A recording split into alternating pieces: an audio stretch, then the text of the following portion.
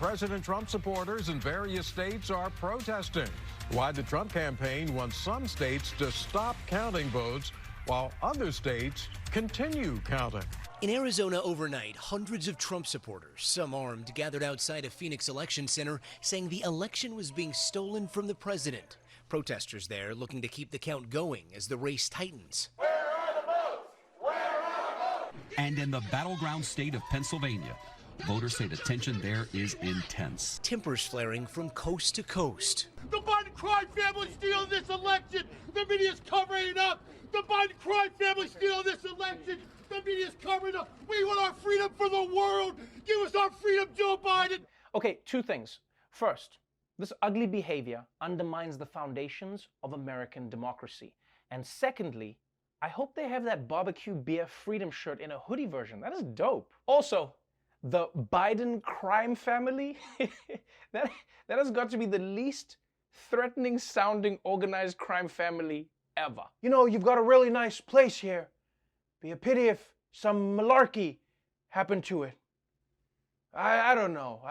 I mean, seriously, I can't believe we were all terrified that Trump supporters would coordinate a civil war, and yet these guys can't even agree on a slogan to shout in the streets. Because they're chanting to count the votes if Trump is behind in the states, but then if he's ahead, then they're chanting to stop the count.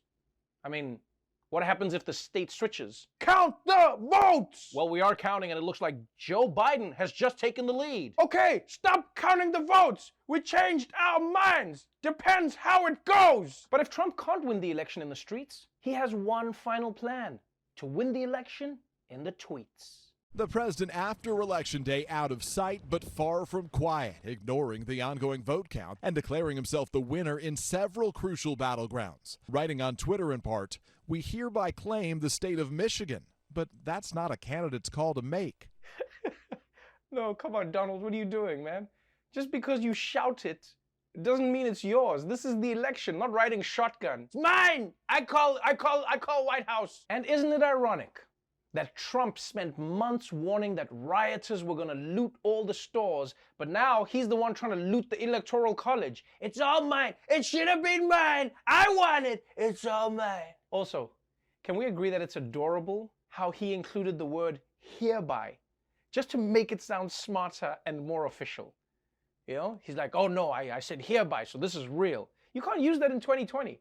That shit only worked back in the day when people were colonizing land. I declare this land property of Her Majesty the Queen. This is our land. We will kill you. Well, then I hereby declare this land property of Her Majesty the Queen. Ah, guys, he said hereby. There's nothing we can do now. Stand back and stand by. Ooh, crafty, eh? But if none of these plans work and Donald Trump can't stop Joe Biden from becoming president, well, all is not lost for the GOP.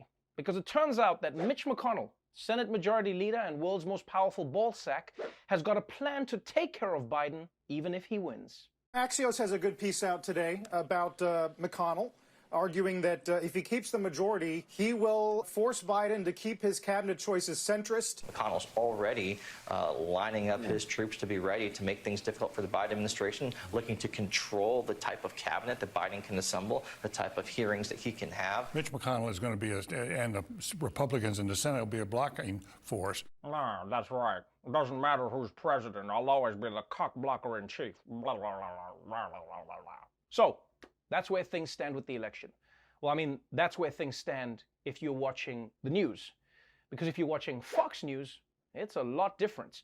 We actually asked Desi Leidig to watch Fox for the last 48 hours to try and explain what's really going on. And this is what she found. Well, surprise, surprise, the do-nothing Democrats are trying to steal this election. ICE agents found thousands of Trump votes floating in the Ariana Grande. The states that are still out: Arizona, Pennsylvania, Nevada, Georgia. Put them all together, Azpanbaja.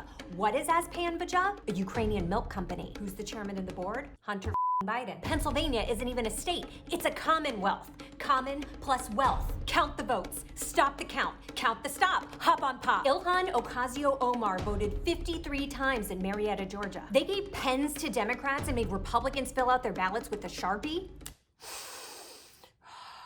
Smells like dead people voting to me.